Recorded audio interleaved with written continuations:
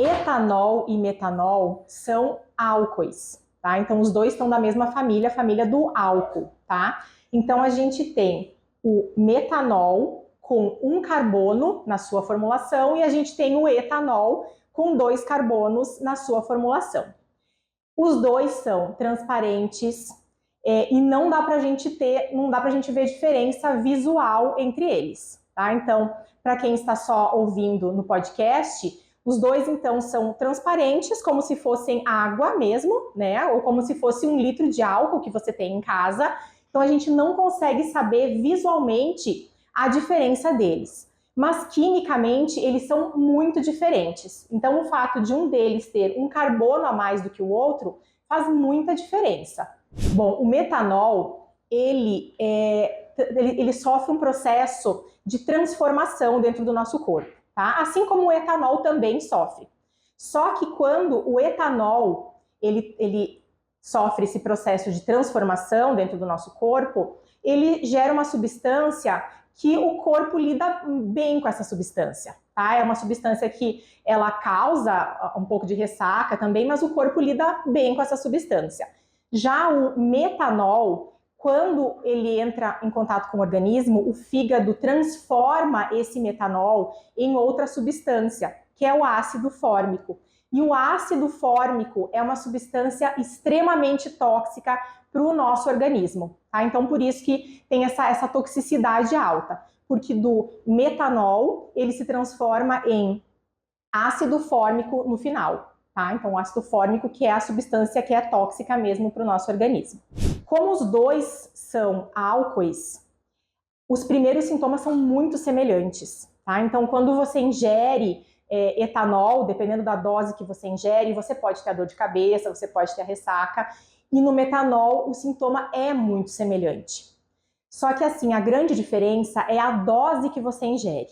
Então, assim, se você ingere um drink e percebe que já tem uma confusão mental maior do que você costuma ter, né? Se você já começa a ter uma visão mais embaçada, uma dor de cabeça muito forte, então esse é um indício de que pode ser sim uma intoxicação por metanol, tá? Então é mais a rapidez e a intensidade do sintoma, sendo que você não ingeriu uma quantidade tão grande para ter esse efeito adverso, esse efeito tóxico.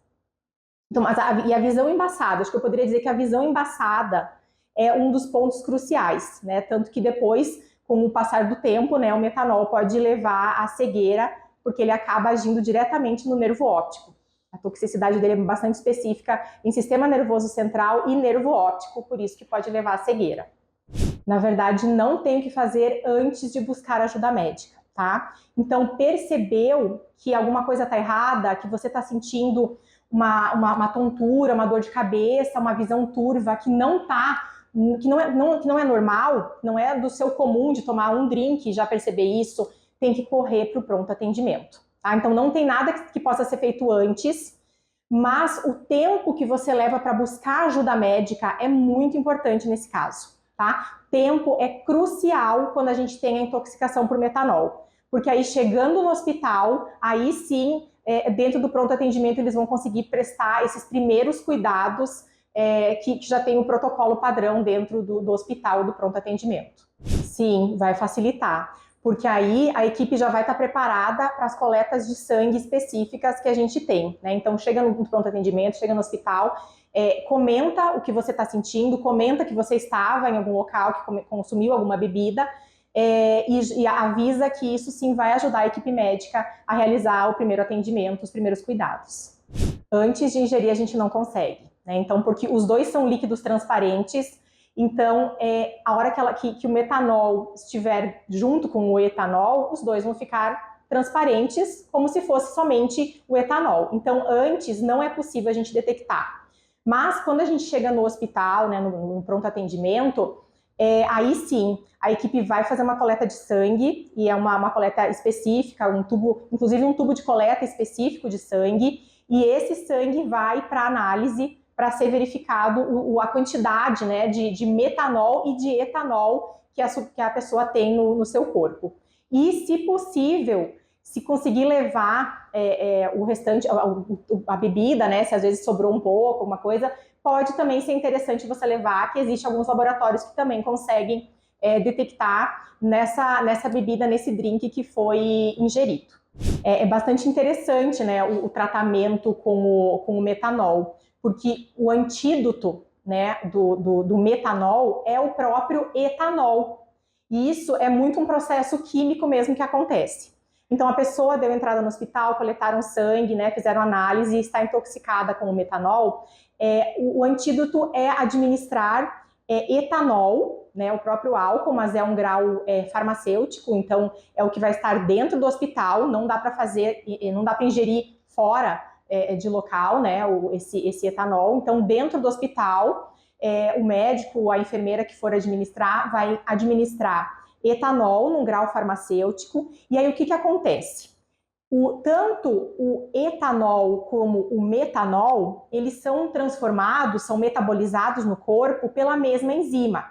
Mas quando você ingere o etanol, a enzima que estava atuando no metanol, ela tem mais afinidade com o etanol. Então ela meio que deixa de lado o metanol e vai metabolizar o etanol. E ela deixa o metanol e o metanol consegue ser excretado, liberado do corpo, sem se transformar em ácido fórmico. Tá? Então a gente tem, na verdade, a gente desloca a enzima do metanol para o etanol. Aí ela metaboliza o etanol, né, vai produzir o ácido acético, que é um produto menos tóxico, e fica tudo certo. E o ácido fórmico não vai ser produzido porque a enzima foi deslocada.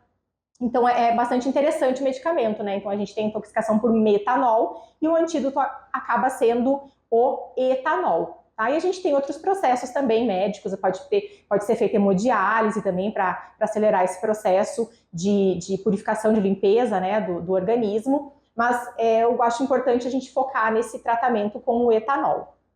Justamente agora que a gente tem as festas de final de ano, né, tem Natal, tem Ano Novo, muita gente também entrando em férias, e o consumo das bebidas alcoólicas aumenta, né, nessa época do ano.